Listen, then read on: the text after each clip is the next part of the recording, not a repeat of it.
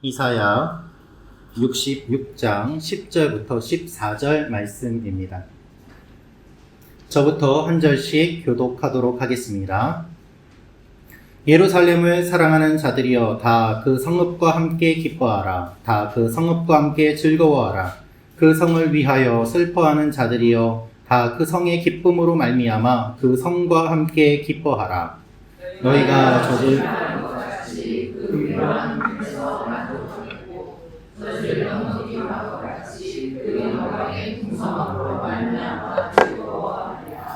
여호와께서 이와 같이 말씀하시되 보라 내가 그에게 평강을 강같이 그에게 나라의 영광을 넘치는 시내같이 주리니 너희가 그 성읍의 젖을 빨 것이며 너희가 옆에 안기며 그 무릎에서 놓을 것이라. 자식을 위로함 같이 내가 너희를 위로할 것인즉 너희가 예루살렘에서 위로를 받으리니. 같이 읽겠습니다. 너희가 이를 보고 마음이 기뻐서 너희 뼈가 연한 풀의 무성함 같으니라. 여호와의 손은 그의 종들에게 나타나겠고 그의 진노는 그의 원수에게 더하리라. 아멘. 오늘은 젖을 먹이시는 하나님이라는 제목으로 말씀 선포하도록 하겠습니다. 여러분께서는 모유를 먹으면서 성장하셨습니까? 아니면 분유를 먹으면서 성장하셨습니까? 모유 드신 분 한번 손 들어주시겠습니다. 네, 손 내려주시고. 분유 드신 분 한번 손 들어주십시오. 기억이 잘 안 나시네요. 너무 오래되셔서 기억이 잘 안 나시는 분이 계시네요. 네. 학자들에 따르면 모유는 완전한 식품이라고 하죠. 모유 안에는 항체가 있어서 아이들이 먹으면은 면역력이 길러지고 또 정서적으로도 도움이 되고 또한 인지 능력 향상에도 도움이 된다고 합니다. 소화도 잘 되고요. 아기 뇌 발달에 필요한 영양들도 모유에 다 들어있다고 합니다. 또 아이가 당뇨나 비만이나 알러지 같은 데 걸리지 않도록 막아주는 것들도 많이 들어있다고 합니다. 세계 어디에서든 아이에게 젖을 먹이는 어머니의 모습은 숭고하고 고귀한 모습으로 묘사됩니다. 아이에게만 유익한 것이 아닙니다. 젖을 먹이면 어머니도 건강이 좋아진다고 합니다. 산후출혈이 감소되고 성인병과 여러 암도 막아준다는 그런 연구 결과들이 있습니다. 저는 태어나자마자 파상풍에 걸렸거든요. 그래서 병원에 입원을 해서 오랜 기간을 지냈습니다. 그래서 어머니 젖을 먹고 싶어도 먹지 못한 채 제가 자라게 되었는데, 살면서 보니까 어릴 때 잔병치레가 참 많았습니다. 제가 어릴 때 저희 할머니와 부모님께 들었던 말 중에 이런 말이 있어서 참 많았는데요. 네가 그렇게 몸이 약한 거는 엄마 젖을 못 먹고 자라서 그렇다. 네가 어렸을 때 병원에 입원해서 엄마 젖 못 먹고 너는 미숫가루로 커서 그래. 이런 얘기를 참 많이 들었습니다. 그래서 그런지 저희 형님은 모유를 먹고 자랐는데 저는 그렇지 않아서, 여러분께서 못 믿으시겠지만 어릴 때는 제가 굉장히 약하고 작고 말랐습니다. 지금 보이는 것만으로 믿지 마시고 어릴 때는 그랬거든요. 그래서 저희 형님이 훨씬 더 체격도 좋고 키도 크고 힘도 셌어요. 항상 저희 형님에게 제가 당하는 그러한 삶을 살아왔는데, 그게 모유를 먹었느냐 아니냐 그런 차이도 많이 있더라고요. 항상 억울했습니다. 오늘 말씀을 보면 젖을 먹이시는 하나님의 이야기가 나옵니다. 젖을 먹이시는 하나님. 이사야 시대에 유대인들은 다 망했습니다. 아시리아가 공격해오고 바벨론이 공격해오고 나라를 잃게 되고 포로로 잡혀가게 되었습니다. 힘들고 어려운 시간을 보내면서 이들은 좌절과 절망 속에서 모든 힘을 다 잃어버리고 살아갈 수가 없는 상황 속에 있었습니다. 스스로의 힘으로는 아무것도 할 수 없습니다. 그래서 마치 굶어서 죽어가는 아이와 같은 모습이 이스라엘의 모습입니다. 하나님께서 이들에게 이렇게 말씀하시는 것입니다. 젖을 먹이는 어머니처럼 내가 너희들에게 젖을 먹이고 너희들을 회복시킬 것이다 라고 말씀하시는 것이죠. 여러분, 이 메시지는 우리에게도 주시는 메시지입니다. 우리는 살면서 큰 어려움과 곤란과 환란을 경험합니다. 우리의 가치관과 기존 질서들은 계속 무너지고 이 세계는 전체적으로 무슨 약속이라도 한 듯이 기존의 질서가 파괴되고 우리가 알던 상식이 무너지는 일들이 일어나고 있습니다. 왜 이런 일이 일어나는지는 모르겠습니다. 그러나 정치적인 혼란과 경제적인 위험과 전쟁의 위협, 그리고 자연재해가 전 세계를 휩쓸면서 우리는 평온한 삶을 사는 것 같지만 마음 한구석에는 불안하고 불편하고 근심과 걱정 속에서 살아가고 있는 것이죠. 이런 우리에게 하나님이 이 말씀을 주십니다. 회복과 희망과 소망과 내가 너희를 먹이겠다, 살리겠다 말씀하시는 것이죠. 여러분, 하나님은 우리에게 새 생명을 주시고 능력을 주시고 희망을 주시는 분인 줄로 믿습니다. 하나님이 우리에게 젖을 먹이시면 어떤 일이 일어날까요? 기쁨이 회복되고 위로를 받고 풍성함을 경험하게 됩니다. 먼저 기쁨이 회복이 되는데요. 우리 10절, 11절 말씀 다시 한번 읽어보겠습니다. 시작.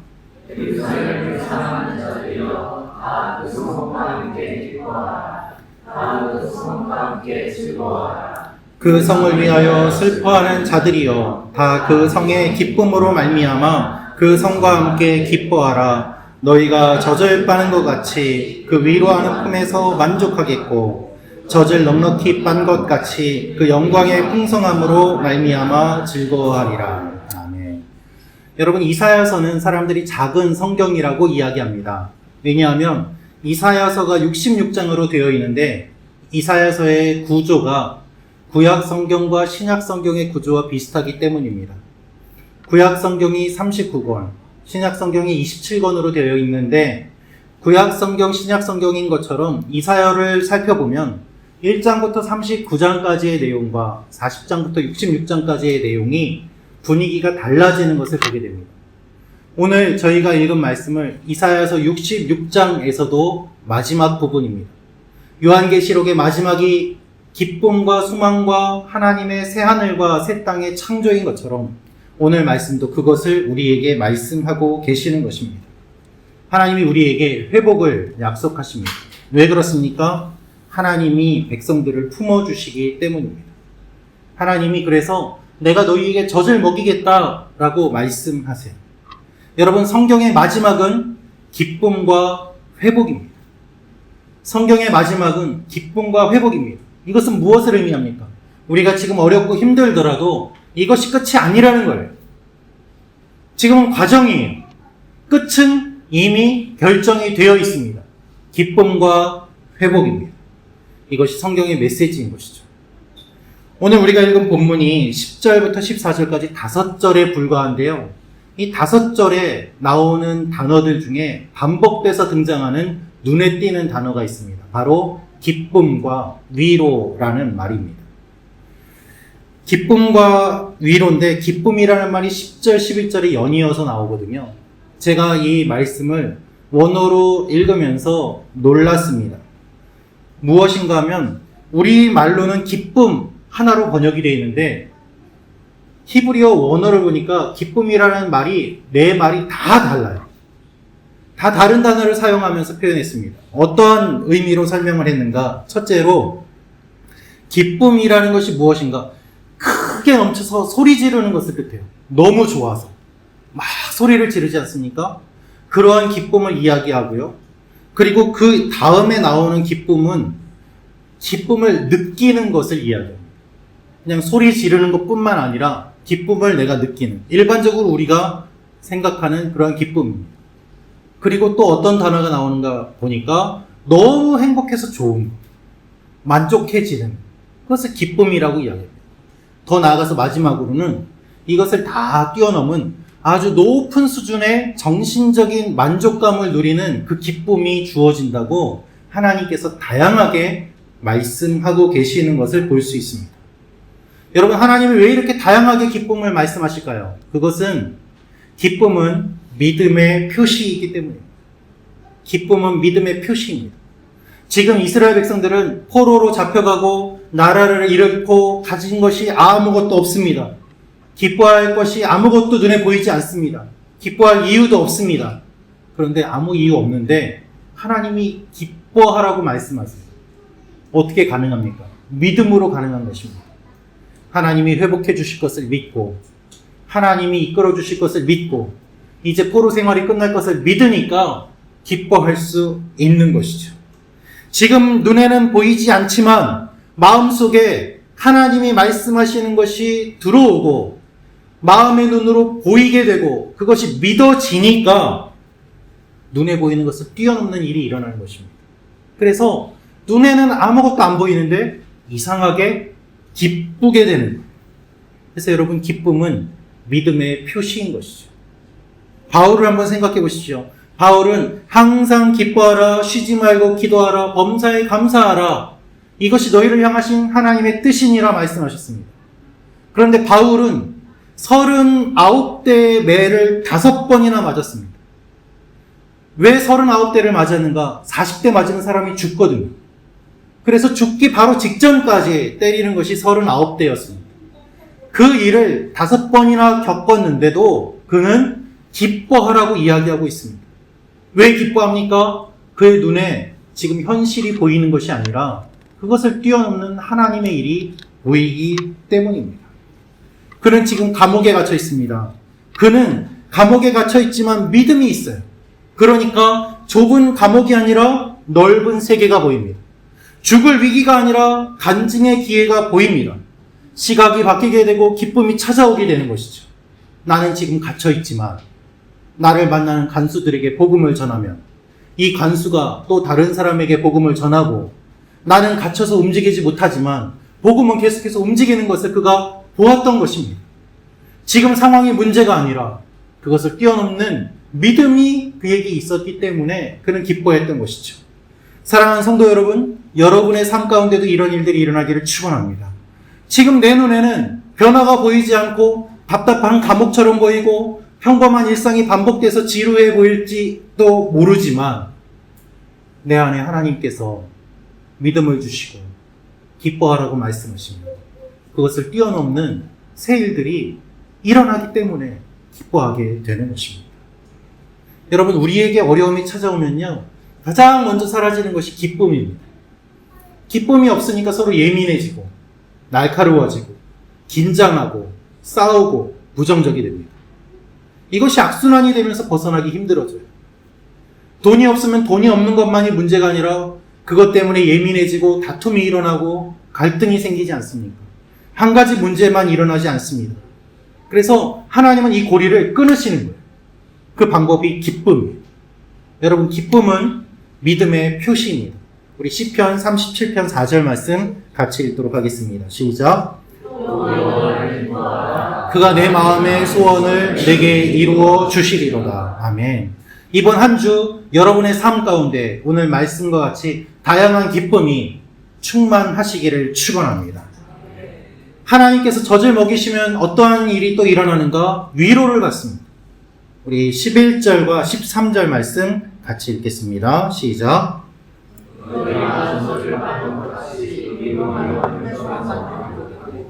젖을 넉넉히 빤 것 같이 그 영광의 풍성함으로 말미암아 즐거워하리라. 어머니가 자식을 위로함 같이 내가 너희를 위로할 것인즉 너희가 예루살렘에서 위로를 받으리니. 아멘. 하나님이 젖을 먹이시면 우리는 위로를 받습니다. 여러분, 아이를 양육하는 어머니들이 힘들어하는 것이 이 아이가 뭘 얘기하는지를 잘 모르기 때문이에요. 아이가 우는데 왜 우는지 모르겠어요. 배가 고파서 우는지, 아파서 우는지, 답답해서 우는지, 말이라도 하면 좋겠는데 말이 안 통하니까 엄마들은 아이를 키우면서 답답하고 힘들어 하시거든요. 그런데 시간이 지나면 알죠. 이 아이가 배고파서 우는구나. 배고파서 울 때 젖을 먹이면 이 아이가 언제 울었냐는 듯이 힘차게 젖을 빨면서 만족할 때까지 그것을 충분하게 먹습니다.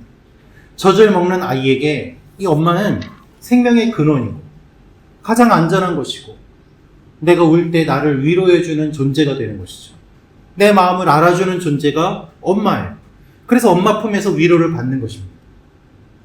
그런데 여러분, 만약에 아이가 힘들어서 우는데 이 아이를 그대로 방치해두면 어떤 일이 일어날까요? 많은 연구 결과에 따르면요, 아이가 울다가 지친 뒤에 어느 순간부터는 울지 않습니다. 울어도 소용없다는 걸 알고 이 아이는 포기합니다. 그리고 마음을 닫아버립니다. 엄마를 필요로 하지 않아요. 엄마가 나를 방치하는구나. 엄마가 나를 사랑하지 않는구나. 그래서 스스로 살아가기 위해서 마음의 고치를 만들고 그 속으로 숨어 들어가고 나오질 않습니다. 평생 마음의 상처와 아픔을 품고 살아갑니다.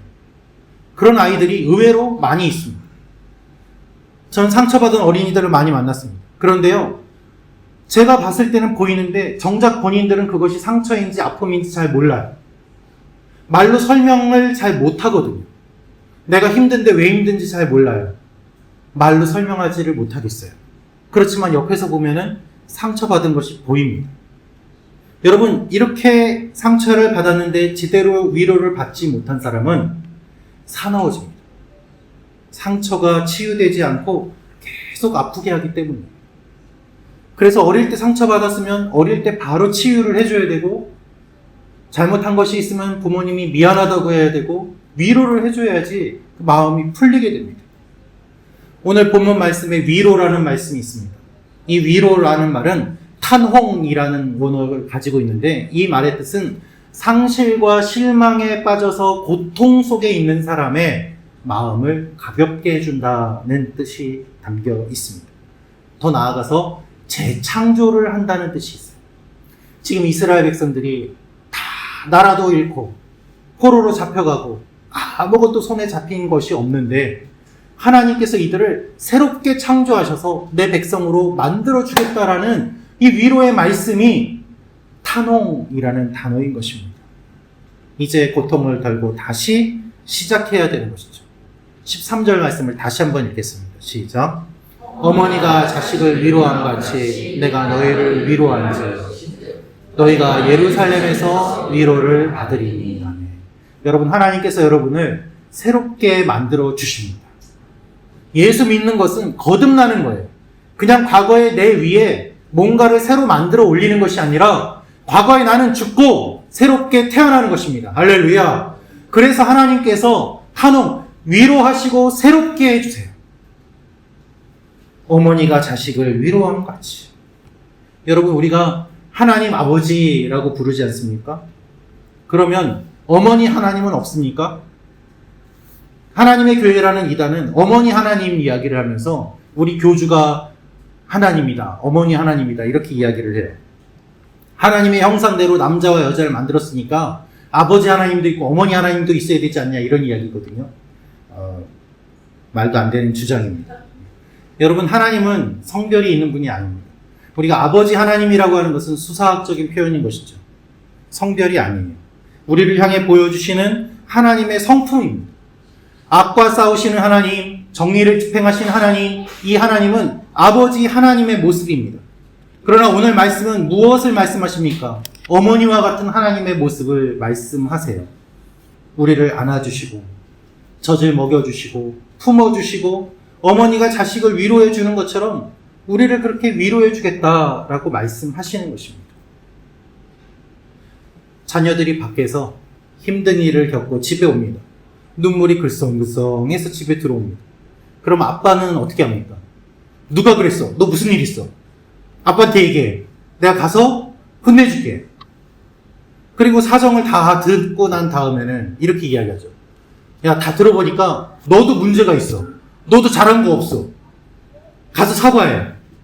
위로가 아니라 이 아버지는 문제를 해결해주고 싶은 마음이 더 강해요. 그게 남자들의 마음이거든요. 그런데 엄마들은 어떻게 위로합니까? 애가 울면서 들어오면 사정을 듣고 그냥 꼭 안아줘요. 그게 어머니 위로예요. 아버지하고 어머니하고 위로 방법이 좀 다르죠. 하나님 말씀하세요. 하나님, 내가 힘들어요. 하나님, 내가 여러 문제로 어려워요. 그래서 울면서 기도하면 내 마음속에 어떤 마음이 들어올까요? 내가 그렇게 기도하다가 지치면, 쓰러질 것 같으면 내 마음속에 하나님이 한마디를 주시더라고요. 힘들지. 내가 너를 안다. 내가 너를 안다. 그러면 눈물이 왈칵 쏟아지고 더 이상 할 말이 없어요. 내 이름 아시죠? 내 모든 생각도. 그 찬양의 가사처럼 하나님이 그냥 나를 안고 품어주시면은 그냥 더 이상 기도할 것도 없고 그냥 눈물이 왈칵 쏟아지는 것입니다. 그렇게 하나님이 우리를 위로해 주세요. 여러분, 하나님은 여러분의 마음 깊은 곳을 알고 계세요. 그리고 그것을 만져주세요. 위로해 주세요. 길게 말할 필요 없어요. 여러분이 힘들어한 그 시간조차도 하나님이 아시고 사랑으로 이렇게 덮어주세요. 그래서 우리를 새롭게 만들어주세요. 여러분, 오늘부터 하나님이 여러분 가운데 새 창조를 이루어 주실 것을 믿으시기를 축원합니다. 주님은 과거를 끊고 새 일을 이루어 가기를 원하십니다. 주님은 우리의 고통을 덜고 우리를 가볍게 해주십니다. 그래서 내게로 나오라고 말씀하세요. 너 힘들고 어려운 거 내가 다 아니까 혼자서 지고 가지 말고 나에게 나와라. 우리 마태복음 11장 28절 말씀 같이 읽겠습니다. 시작. 수고하고 무거운 짐진 자들아 다 내게로 오라. 내가 너희를 쉬게 하리라. 아멘. 그래서 하나님이 우리를 쉬게 하시는 것이죠. 마지막으로 하나님께서 어떻게 하실까요? 우리가 하나님의 풍성함을 경험하게 되는데요. 12절 말씀 같이 읽겠습니다. 시작.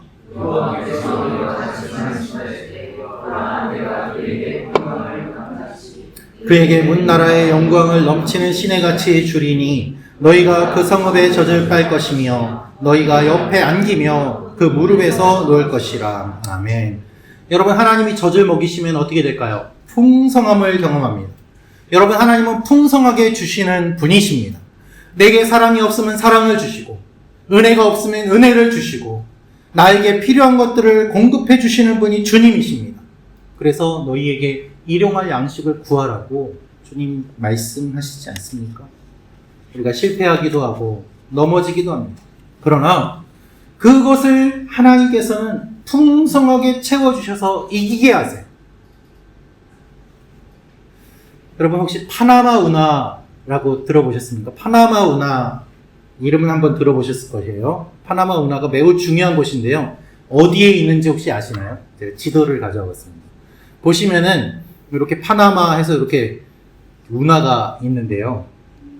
다음 그림을 보시면 이 자리를 어디에 잡고 있는가? 이렇게 가운데에 자리 잡고 있습니다. 그래서 배가 요 운하를 통해서 지나가게 되는데요. 다음 그림 한번. 예, 점점 크게 보시면 멕시코 아래쪽으로 해서 아래쪽에 완전히 이 남미 대륙으로 가기 전에 파나마 운하를 지나가면은 이렇게 지름길로 가게 되는데요.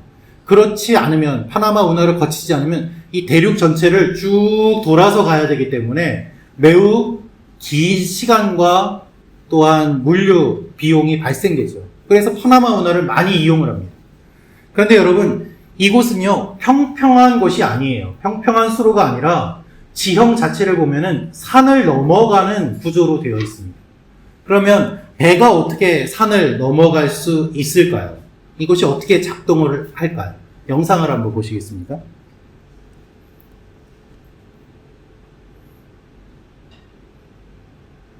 배가 이제 도착을 했습니다. 운하 입구예요. 네.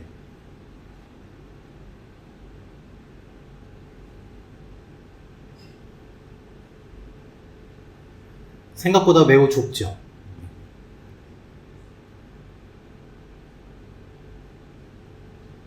그러면 위는 물이 높고 아래는 물이 낮습니다.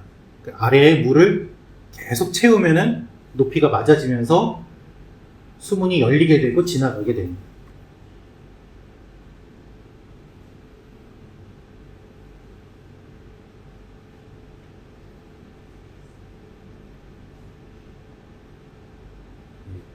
몇 배속으로 빨리 돌려서 저희가 보는 건데요. 네. 물이 이렇게 차오르면서 수위가 맞아지면은 넘어가게 됩니다.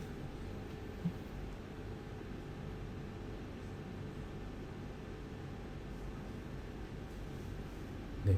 이 뒤에도 더 있는데 제가 편집을 해서 여기까지만 봤습니다. 뒤는 저 너머로 가서 다시 내려가는 장면이에요. 그래서 산을 완전히 이렇게 넘어가는 것이 이 파나마 운하의 운행 모습입니다. 네. 여러분, 아무리 거대한 배라고 해도요, 물이 채워지면 뜹니다. 뜨면 산을 넘어갈 수 있습니다. 여러분, 물이 빠지면 움직이지 못해요. 그러나 물이 채워지면 아무리 커다란 배도 뜹니다. 우리 삶에 아무리 큰 문제와 어려움과 힘든 일이 일어나도 하나님의 은혜와 사랑이 충만하게 채워지면 뜹니다. 살아갈 수 있어요. 산을 넘어갈 수 있어요. 할렐루야. 우리의 문제는 하나님의 은혜와 사랑이 없어서 좌초되는 것입니다. 우리의 문제가 크고 작은 것이 문제가 아니라 하나님의 사랑과 은혜와 말씀과 성령이 우리 가운데 부족한 것이 문제인 거예요. 그래서 오늘 말씀은 이렇게 끝납니다. 14절을 읽겠습니다. 시작. 너희가 이를 보고 마음이 기뻐서 너희 뼈가 연한 풀의 무성함 같으리라. 여호와의 손은 그의 종들에게 나타나겠고 그의 진노는 그의 원수에게 더하리라. 하나님이 젖을 먹이셔서 풍성하게 해주시고 하나님이 손을 뻗어주셔서 하나님의 능력이 그의 자녀들에게 나타나게 되고 대적들을 물리쳐 주시고 하나님의 자녀들을 보호해 주실 것을 주님이 말씀하십니다. 그래서 원수의 목전에서 백성들에게는 상을 베풀어 주셔서 풍성하게 먹게 하시고 원수들은 심판하실 것을 말씀하고 계십니다. 사랑하는 성도 여러분, 이것이 하나님께서 우리에게 베풀어 주시는 놀라운 은혜인 줄로 믿습니다. 시편 23편 5절 말씀 같이 읽겠습니다. 시작. 주께서 내 원수의 목전에서 내게 상을 차려주시고 기름을 내 머리에 부으셨으니 내 잔이 넘치나이다. 아멘. 내 잔이 넘치나이다. 원수의 목전에서 우리를 풍성히 먹이시고 잔을 넘치게 해주실 하나님, 그 하나님이 우리 하나님이세요. 하나님이 여러분을 사랑하십니다. 하나님이 여러분에게 젖을 먹여 주십니다. 여러분, 우리는 젖을 먹어야만 합니다. 우리는 다 연약합니다. 우리는 다 하나님이 필요합니다. 피곤하고 지치고 무거운 몸과 마음을 이끌고 주일 한번 나와서 예배 드리는 것도 버거운 상태로 간신히 주님을 기대하면서 이 자리에 나온 우리는 젖을 먹여주시는 하나님의 그 은혜가 없으면 살아갈 수 없어요. 하나님이 여러분을 사랑하세요. 젖을 먹여주시고 내 힘으로 할 수 없는 것들을 하나님이 이끌어 주십니다. 그래서 우리는 기쁨이 회복되고 위로를 받고 하나님의 풍성함을 경험하게 되는 것입니다. 이번 한 주간 우리 모두에게 이런 일들이 일어나기를 주님의 이름으로 축원합니다. 이 일이 일어날 것을 믿고 같이 기도하며 나아가는 여러분과 제가 되기를 소망합니다. 우리 같이 기도하기 원합니다. 이 시간에 기도할 때 하나님, 우리에게 젖을 먹여주시는 아버지 하나님, 기쁨이 넘치게 하시고 위로를 받고 하나님의 풍성함을 경험하는 이번 한 주가 되게 하여 주시옵소서. 우리 교회가 그러한 교회 되게 도와 주시옵소서. 특별히 오늘 우리 연합으로 우리 자녀들도 같이 예배를 드립니다. 우리 자녀들도 이와 같은 일들을 맛보아 아는 하나님의 사람들로 성장하게 하여 주옵소서. 우리 주여 한 번에 치며 기도하며 나아가겠습니다.